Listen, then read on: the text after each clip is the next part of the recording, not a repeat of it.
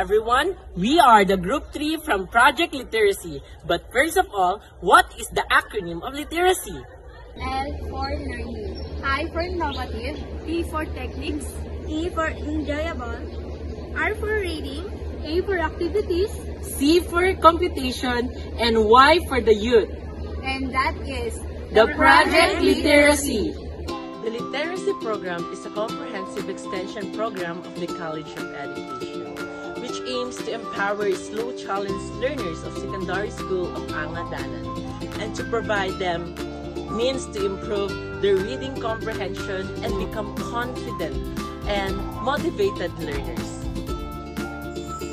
Specifically, the project aims to first conduct at least 2 tutorial sessions per month for their adapted duty to fully enhance learners' reading speed, accuracy, and comprehension.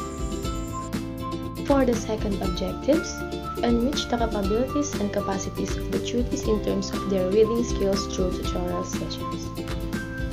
Third, empower the tutees and increase their motivational and confidence level to excel in their academic performance. For the fourth objective, increase at least 85% of the literacy of the slow and child learner. 5. Increase at least 85% of the competency level of the non-readers, poor readers, and poor comprehension skills of the students. Good day everyone, I am Maricar Espicio Gumaro from the Bachelor of Secondary Education. So my tutee is Mario Ramos, an incoming grade 7 student. So Mario Ramos is known for being a kind and humble kid. He is from Bunay, Angadanan, Isabela. Good day everyone, I am John Lloyd T. Pagao and my tutee is Chelsea B. Pagao from Fugaru Integrated School. Chelsea is known from the very resilient, obedient, and kind and humble student of Fugaru Integrated School. Good day everyone, I am Rosan Javier. My tutee is Abigail Javier, a graded student at Alicia National High School. Good day everyone, my name is Kyla May Pilongat from BSED 2 Filipino. My tutee is Justin Argancia, 13 years old from Papatangadanan, Isabela. Good day everyone, I'm Angeline Arangad from BSED 2 Filipino. And my tutee is Marie Chris Bulanque from Consular Angadanan, Isabela. Good day everyone, I am Josel Gomez from BSED 2 Filipino and my tutee is Joyce C. Pagan, 13 years old from Pagasat, Chaga, Isabela. Good day everyone, I am Asad Janedine C. from Bachelor of Secondary Education, major in Filipino, and my tutee is Alimar V. Lorenzo Jr., incoming grade 7 student, and from Progreso San Guillermo, Isabela. Good day everyone, I am then Margaret Palomares from BSED 2B, and I am 20 years old. And my tutee's name is Mary Rose P. Mendoza, and she is 14 years old, and she's from Padad, Alicia, Isabela. So when he heard that there were studs in the jungles of Tanjong Bentang, which were not easy to hunt, there were studs in the jungle of Tanjong Bentang, which were not easy to hunt. He was excited and took with him a great fleet of ships to Tanjong Bentang. The subject looked into the distance and smiled. That is the Temasek, your highness. Then we are going there. The king ordered Inga Sangila Utama. An imaginative, adventurous king was restless by nature and wanted to travel to faraway places. He loved hunting wild animals. So when he heard the Bentang, which were not easy to hunt, he was excited and took with him a great fleet of ships to Tanjong Bentang. Number 7, Jeti Suning. Magandang araw. Muli makakasama natin si Marie Chris Bulan, isang grade 7 student. The Singa Sangila Utama. Di ba pumunta sila sa island na Tanjong Bentang? So anong nangyari doon? which were not easy to hunt. He was excited and took with him a great fleet of which were not easy to hunt. He was excited and took with him a great fleet of ships to Tanjong Bentang. When dating alak, may mga words ako na hindi ko gaanong mag-gets or hindi ko mag-bigkas ng maayos. Then nung mag-gets, naging maayos naman na. Nabigkas ko na ng maayos mga words na hindi ko gaanong mag-bigkas. Then naintindihan ko yung dali ng Dasinga, Senga, Ila, Utama, na,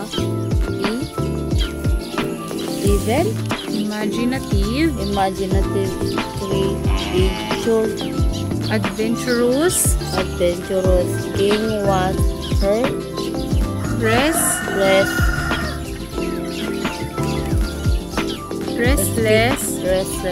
by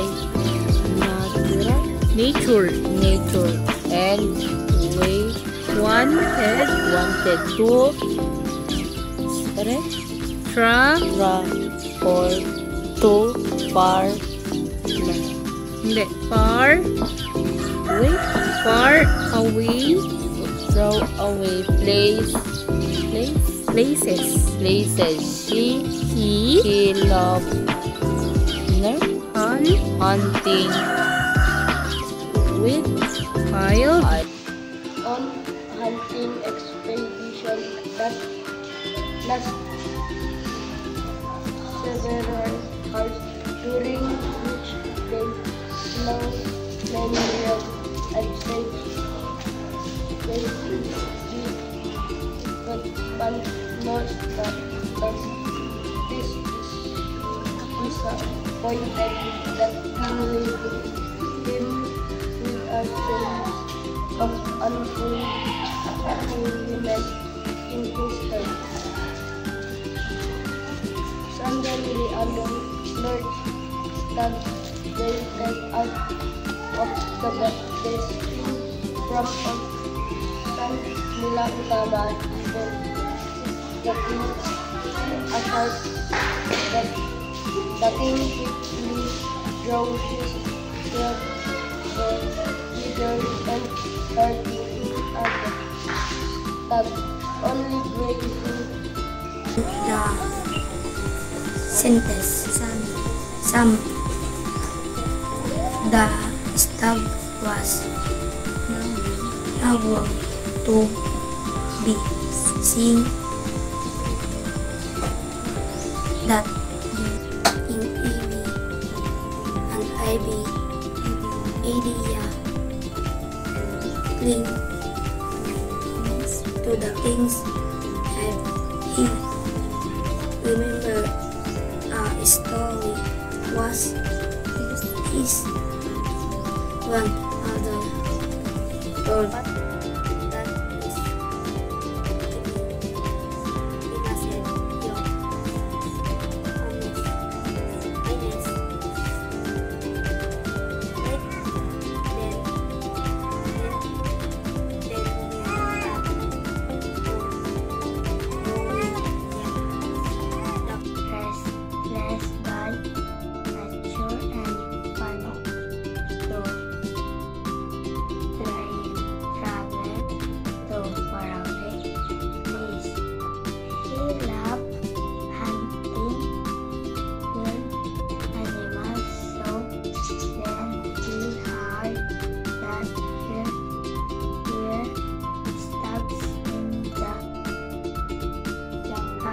which were not easy to hunt.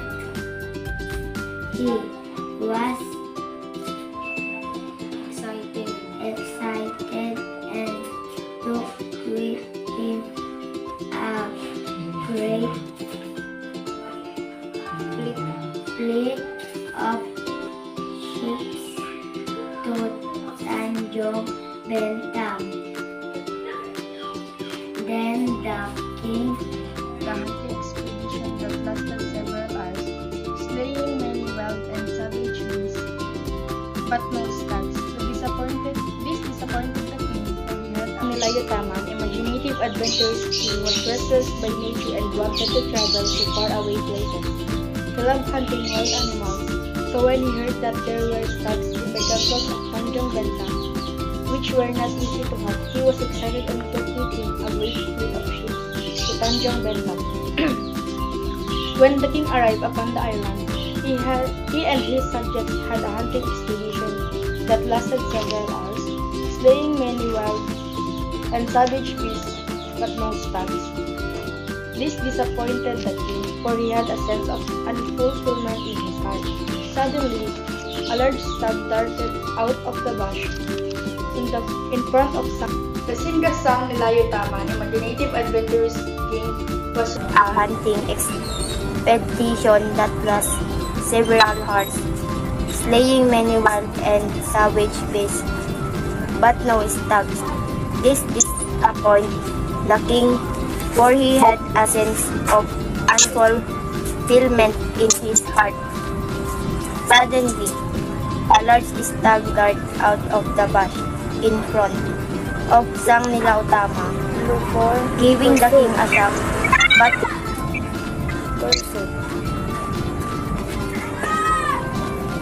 Number 5, fascinated.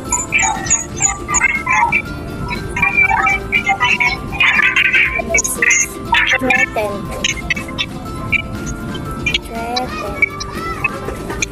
Number 7, jettisoning. And spell mode, adventurous.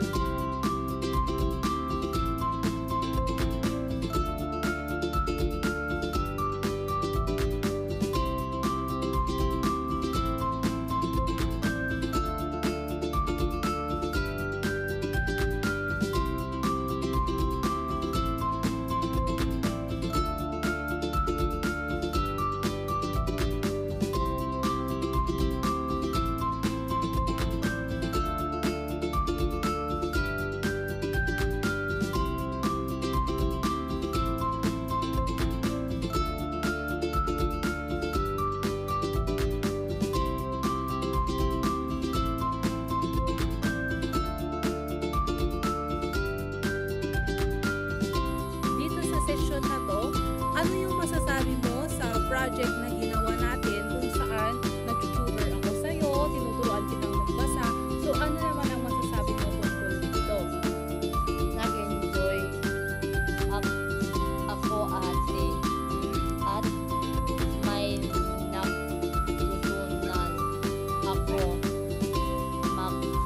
magsalita na binasa.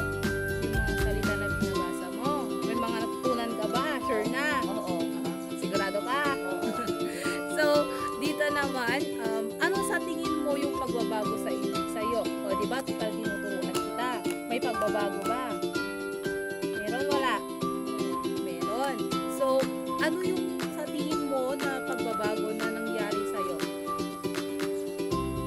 Natutunan ko magbasa. Siyempre, dahil pagbabasa yung tinuturo ko sa'yo, natutunan mo, di ba may mga mahihirap na words, no? Ang hirap basahin nung una. Pero dahil paulit-ulit na siyang binabasa, natutukoy mo or nalalaman mo na din kung paano basahin yung mga word to. O, dito na tayo sa ikatlong tanong. Okay, makinig ka na. So, ano naman yung masasabi mo sa akin tungkol sa akin na tutor mo, o diba? Tinuturan kita ng 7 times, diba? 7 session. Tinuturan kita ng 7 session. Sa 7 session na yon, ano naman yung masasabi mo sa akin na as a tutor mo? Thank you sa pinagtuturo mo sa akin. Tsaka ay natutunan ko. At tsaka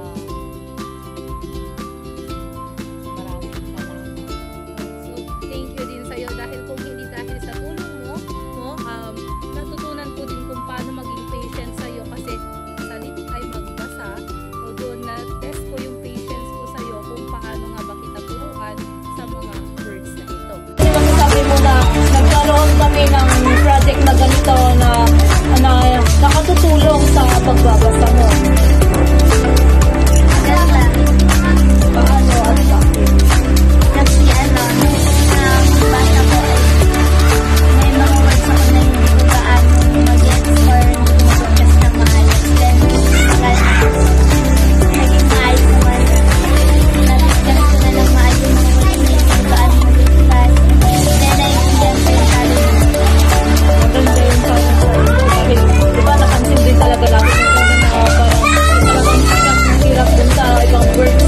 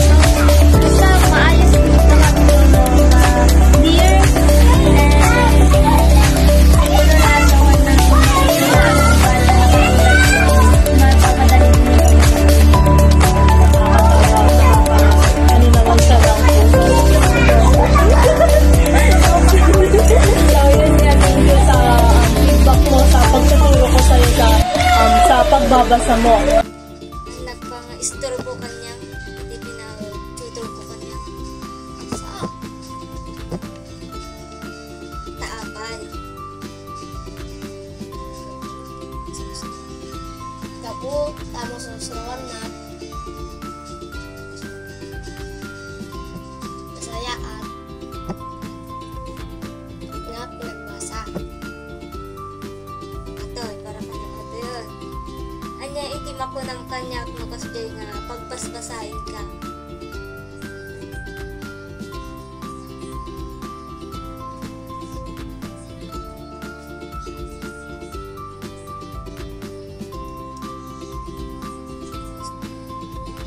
Lukas dyan nga kapapangkot to'y ado iti susurok. So, good afternoon. Ngayon, tatanungin ko lamang kung ano yung masasabi mo sa aming pagtuturo sa iyo. Unang-una sa lahat po ate is nagpapasalamat po ako dahil tinuruan niyo po ako ng libre at dahil po sa inyong pagtuturo is mas nag-improve po yung aking pagbabasa. May masasabi ka ba sa ating ginawang buong session tutorial? Opo. Hi Ate Josel, maraming salamat sa lahat ng section. Lagi akong masisiyahan sa pakikipagtulungan sa iyo. At nakikita ang iyong dedication. Tandaan, ang bawat hakbang ay mahalaga at nakakagawa ka ng kamagha-maghang mga hakbang. Maraming salamat. Magandang araw po sa lahat. Ang masasabi ko sa reading session ay talagang nakakatulong ito para sa mga katulad kong nahihirapang magbasa at nahihirapang umintindi ng mga ibang salita. Nung una ko pong nabasa ang kwentong Basinga ay medyo nauutal pa po ako at nahihirapang basahin. Kaya naman nagpapasalamat po ako dahil naturuan niyo po ako magbasa ng kwentong ito. At dahil sa paulit-ulit na pagbabasa ko nito ay sasagutan ko po ang inyong mga tanong at naiintindihan ko na po ang ibang mga salita. Nagpapasalamat din po ako sa aking masipag na tutor dahil napagtiyagaan niya po akong turuan sa mga bagay na hinahihirapan po ako. Nagpapasalamat din po ako sa kanya dahil na-improve ang aking pagbabasa dahil sa pagtuturo niya sa akin.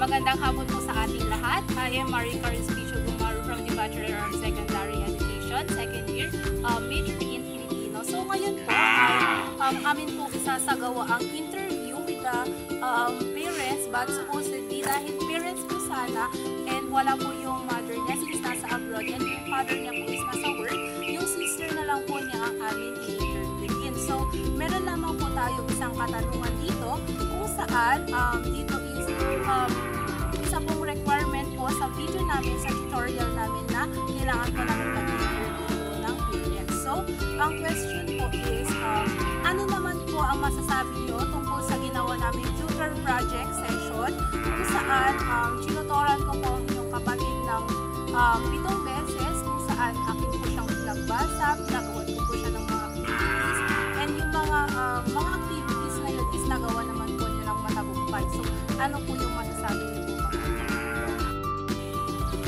Na-enhance ang kanyang reading skills at mas lumawak ang pag-intindi at pag-unawa niya sa wikang English. At sa mga activities naman na ginawa niya ay nakita ko naman na binigay niya ang kanyang best para matapos ito. Kaya po salamat sa inyong pag-intindi. So dahil dyan, nagpapasalamat din po ako kasi binigyan niyo po ako ng chance na maturuan po ang inyong kapatid. At dito na po nagtatapos ang aming ikapitong session. Maraming pong salamat. Nagturo sa mga anak na si Justin Garcia. So, pagkatanong ko lang po kung ano po yung nag-improve sa kanya. Pero, ano po nagpapakilala po mga Ako si Remelin Garcia, tama ni Justin. Okay naman yung pagbabasa niya. Kasi kayo daw ang ituro sa kanya. Okay naman, nag-improve naman. Malaki naman yung improve niya. Nakita niyo po ba nag-improve sa kanya? Oo. Masiyahin. Tuwing natapos yung niya. Bakit ka walang sa kaya? And ano po yung masasabi niyo? Masasabi ko, nagpapasalamat ako kasi kahit libre, naturuan niyo siya ng mabuti at marami din naman siyang natutunan. Pagpasalamat ako na sobra. Muli, magandang araw. Ngayon ay makakasama natin ang mother ni Marie Chris Gulana, si Tita Mona. So, Tita, may napapansin ka po ba o napansin mo po ba na may nag-improve sa pagbabasa po ni Marie? Meron ano naman po yung masasabi nyo na nagkaroon po kami ng project na ganito na kung saan isa po yung ang inyong anak na napili ko na para pagbasahin po? Malaki, maganda kasi maganda yung programa niya na ganyan kasi katulad ng mga bata na may hinang magbasa natututo dahil sa programa niyo. Base kanyang ate, anak itinag ko ng kanyang ate, at aba na idulot ko mamayat kanyang ate. Ako. Tulad ito. Basa na.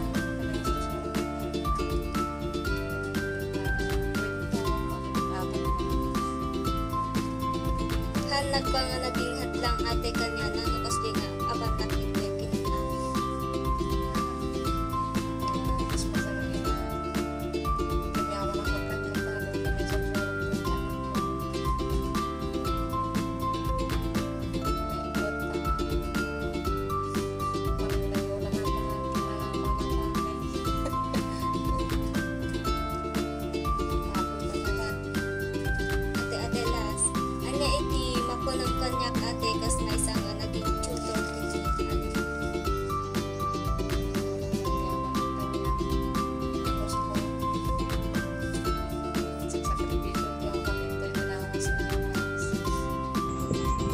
So, hello po. So, pinuntahan ko pa po siya dito, ang pinsan ni Chelsea Pagaw, upang ibahagi po ang kanyang mensahe patungkol po sa session tutoring.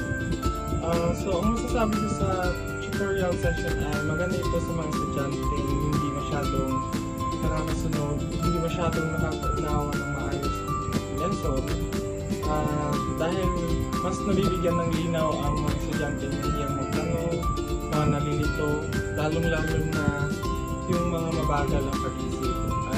Nakakatulong din ito upang magkaroon ng pagkataon ng mga ibang estudyante na may bahagi yung kanilang mga kaalaman. At higit sa lahat, nakakatulong din ito sa mga estudyante para magkaroon din ng ganyan. So, may nais ka po bang pasalamatan patungkol po sa tutoring session na aming ginawa? So, unang-una is papasalamat ako sa inyo dahil nagkaroon kayo ng ganitong advokasya at sa mga future educator. Thank you kasi nagkaroon kayo ng ganitong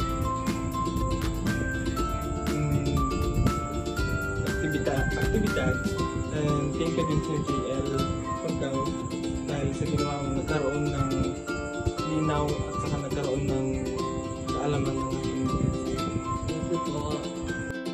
Ayan, ang magandang araw. Dito po ako ngayon sa bahay ng ina ni Joyce Sipagan upang sabihin kung ano ang mensahe niya patungkol sa aming ginawang session.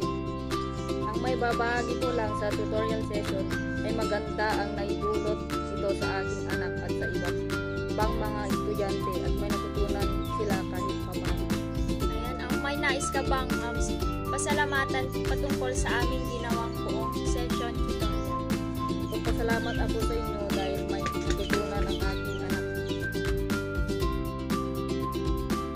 So my reflection from the 7th session that I taught from my tutor Mario was that I observed that he was struggling with reading and comprehension. And that's when I realized that not all children have that intelligence to learn or analyze what they have reading. But they also have the abilities that they can enhance. Just like on our 5th session, I noticed that he was able to tell stories on his own, although he was having difficulty, but he gave his best to do it.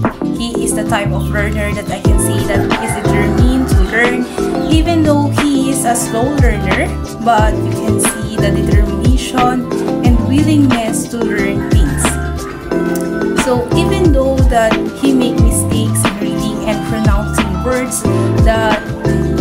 I can see that he has the progress in the previous sessions, and it takes a lot of patience to me as a tutor to teach him. But even though I can see that he is willing to learn, I can even remember last month that he is asking me if when we were gonna conduct the next session. So on that, I feel overwhelmed on that because he is willing to learn, and he is a determined child.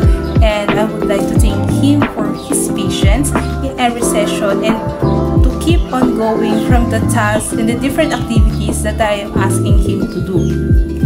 Teaching a challenged learner is hard, but I can see that he is determined to learn, and I am willing to teach him as much as I can. Thank you. Bilang tutor ng aking cutie na si Alimar B. Lorenzo Jr. ay mahirap. Unas pa lamang na pagpunta ko sa kanila by the month of February, sa unang session pa lang ay nakita ko na sa bata na medyo may kahirapan talaga sa kanyang pagbabasa, na kailangan pang i-word to word ko yung mga salita na babasain niya para sa ganun ay alam niya yung pagbasa nito. Doon naman sa question and answering ay napansin ko sa kanya na hirap talaga siya. Hirap na hirap. Dahil nga, minsan kailangan ko pang ipasulat sa kanya or sabihin ko muna sa kanya yung mga sagot upang ganun ay maintindihan niya talaga. Doon naman sa last session na nagtatanong ako sa kanya, session 5, napansin ko sa kanya na doon tinanong ko kung pwede niya bang ikwento kung ano ba talaga ang nangyari sa kwento na Dasinga. Pero doon napansin ko na sabi niya, ate, pwede po bang isulat ko muna ang aking sasabihin kasi hindi ko po memorize kung ano ba talaga ang kwento nito. Sabi ko, oo, pwede. Pero dahil nga doon ay makikita nyo doon na binasa niya pero sagot niya po yun. Pinasulat ko muna. Ganun po rin yung sa session 6 na isinulat niya muna yung sagot niya at binasa. Doon ko talaga nakita na talagang hirap na hirap yung bata, na kailangan ko talagang tutukan. Pero dahil nga sa pagpupursige ko at pagpupursige niya ay natututo naman siya. At dahil nga rin daw sa pagkamahiyain niya ay talagang ganun siya. Mayain talaga itong batang to. Dahil minsan nga, pag pumupunta ako, nandun lang sa gilid. Pero at least, nagawa namin at may natutunan yung bata na si Alimar. Po at maraming salamat. My reflection as a tutor is tutoring a cutie presented unique challenges, forcing me to adopt my teaching strategies and deepen my understanding of the subject matter.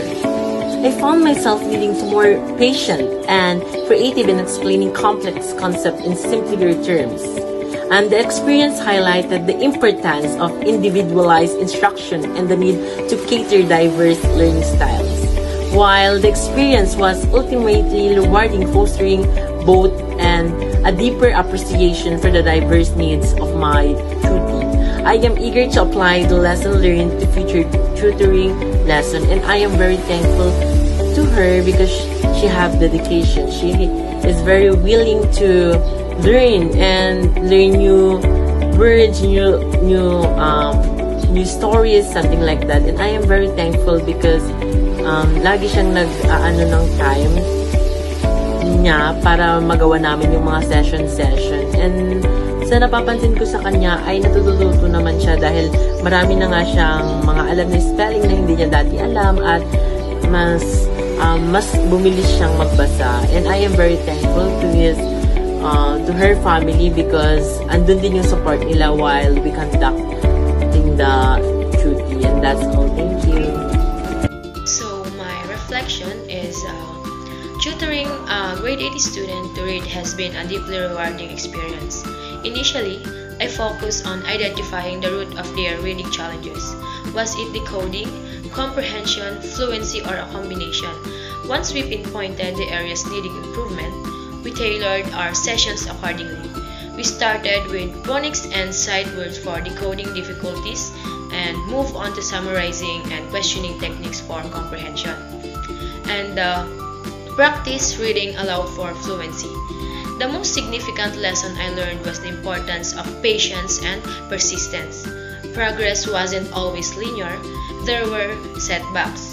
So, however, witnessing the students' gradual improvement in reading skills, their growing confidence, and their increased enjoyment of reading was incredibly fulfilling. It reinforced the idea that with consistent effort and the right support, this experience has not only helped the student but also deepened my understanding of complexities of reading and the power of personalized instruction. In session 1 to 7 na pagbabasa, I observed that the learner initially had difficulty in reading long and unfamiliar words. There were challenges in pronunciation, decoding, and understanding the meaning of what was being read. At first, the learner would often pause, hesitate, or skip words, showing signs of low confidence in reading. However, as each session progressed, there was noticeable improvement. The learner began to read with better flow, clear pronunciation, and increased understanding of the text. Even though we use only simple and short passages, these texts were effective in helping build a foundational reading skills. Through consistent practice, guided reading, and short comprehension questions after each session, the learner started to recognize word patterns, understand sentence structure, and grasp the overall meaning of the text. I also noticed that the learner became more focused and willing to read without hesitation. The reading sessions helped boost confidence and build a positive attitude toward reading.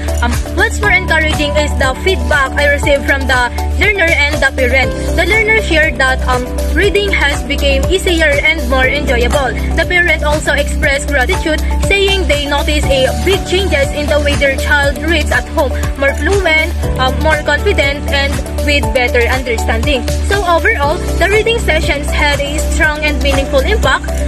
They proved that even though we just use a simple text, the reading skills can improve significantly when there is dedication, patience, and consistent support.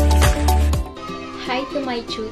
As we continue in this journey together, I wanted to share some thoughts with you. Our sessions aren't just about covering material or solving problems.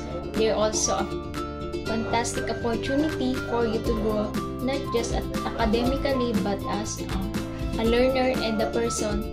Take a moment to reflect on our time together so far. Think about the topics we've tackled and the ones that click immediately, and especially the ones that felt like a real challenges. Here's my thankful to for my tutor.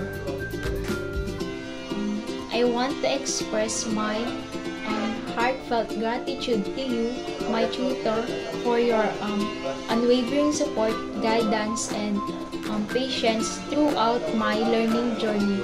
Your ability to break down complex concepts into easily understandable lessons has been truly remarkable, and your enthusiasm for teaching has made me learning an enjoyable experience. Your dedication to helping me overcome challenges and achieve my goals has not only improved my academic performance but also to boost your confidence and motivation. I appreciate the time and effort you've invested in me, and I'm grateful for the opportunity to have learned from someone as passionate and knowing knowledge as you. Thank you for being an exceptional tutor and your mentor.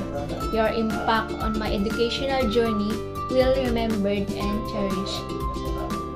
I'm here to support you every step of the way, and ultimately your learning journey is yours. The effort you put in, the questions you ask, and the reflection you do on your own process are what will truly shape your future success. takes some time with these thoughts. No pressure at all, and if anything comes to mind that you'd like to discuss, whether it's about our subjects or just about learning in general, please don't hesitate to bring it up. And in our next session, I'm always interested in hearing your insights. Keep up the great work, Joyce Dipagan. Thank you. So hi everyone, my name is Carla May Pilongan. So today, my observation in our tutoring provides personalized support that the students help to understand what are the concepts at their own pace. And also, in my reflection, I realized that the tutoring session not only improved their academic performances but also to improve or boost their confidence and also motivation in learning. To enhance my knowledge as a tutor, I would focus on continuous professional development. This includes actively seeking out resources such as workshops, conferences, and online courses. Focus on effective tutoring strategies and the specific subjects I teach. I've also dedicated time to researching current pedagogical approaches and best practices in education. Regularly reviewing and updating my teaching materials is crucial, ensuring they are engaging, relevant, and aligned with current learning standards. Finally, seeking feedback from my tutees and reflecting on my teaching methods allows me to identify areas for improvement and tailor my approach to meet individual learning needs more effectively. Open communication and a commitment to lifelong learning are key to becoming a more effective and knowledgeable tutor. I realized the importance of adapting my teaching style to suit each student's unique learning preferences and pace.